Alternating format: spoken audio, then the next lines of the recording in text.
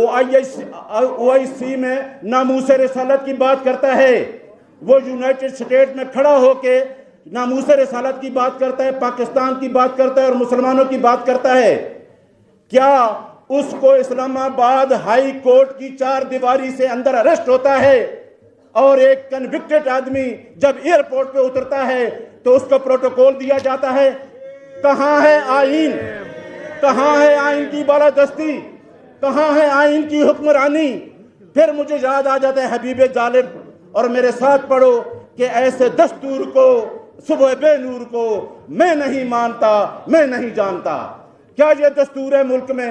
ہمارے پارلیمنٹیرین بیٹھے ہیں آپ کے سامنے، جتنی مشکلات سے یہ پہنچے ہیں، عمر ایوب صاحب، اسد کیسر صاحب، علی محمد خان صاحب، لطیف کھوسہ صاحب، ہمیں کوئی شوق نہیں ہے کوئی چیز لینے کا، لیکن آپ سے ہماری امید ہے جس طریقے سے آپ نے پاکستانی عوام کا مینڈیٹ چرایا ہوا کیس آپ پارلیمنٹ میں پیش کر رہے ہیں، انشاءاللہ قوم آپ کے ساتھ کھڑی ہے۔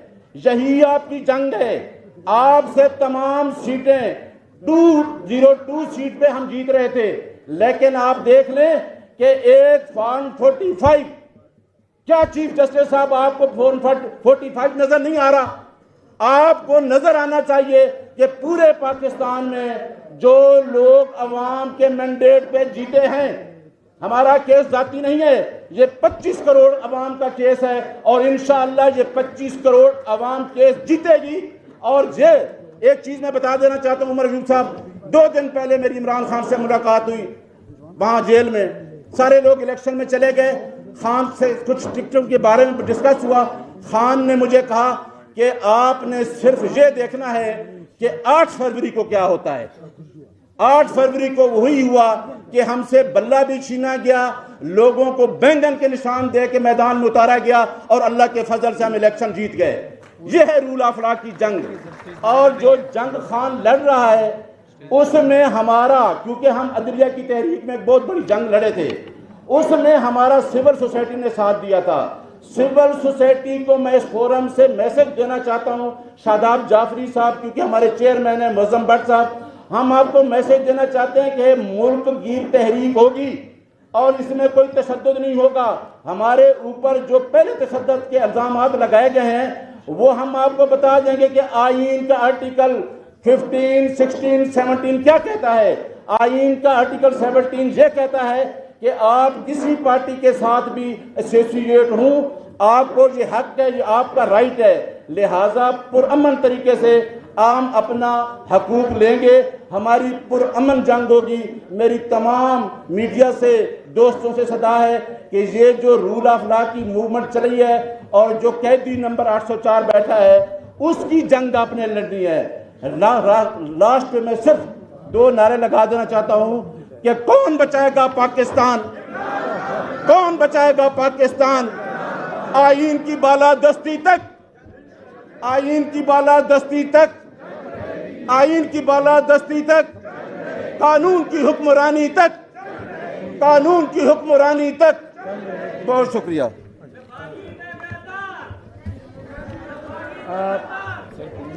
اوکے، اب جو کہا ہے نیازی صاحب نے، میں نے آپ سے انڈورسمنٹ لینی ہے۔ معزز وکلاء ذرا پلیز سامنے آ جائیے، یہاں پہ ہمیں ایک ٹیم کی حیثیت سے کام کرنا ہے، پلیز یہاں سے سامنے آئیے تاکہ یہ جو بات ہمارے محترم نیازی صاحب نے آپ کے سامنے کی ہے اور محترم علی صاحب کا خطاب آپ سن چکے ہیں، آپ سے کہتا ہوں یہ جو رول آف لا کی جو ہم نے 2nd فیز کی تحریک شروع کی ہے اسے ملک گیر تحریک بنائیں گے۔ کیا آپ لوگوں کو یہ بات منظور ہے؟ سب اوپر سے بھی بتائیے منظور ہے آپ کو؟ تو تالی بجا کے کہے تاکہ پتہ چلے، جذبہ پتہ چلے۔ This is going to be national and international agitation and movement انشاءاللہ۔ اور اب آگے بڑھتے ہوئے علی بخاری صاحب کا شکریہ ادا کرتے ہوئے، ان سے استدعا کرتے ہوئے کہ آپ یہاں سٹیج پہ تشریف لائیں، کیوں نہ میں صدا بلند کروں اور کیوں نہ میں دعوت دوں محترمہ شاندانہ گلزار صاحب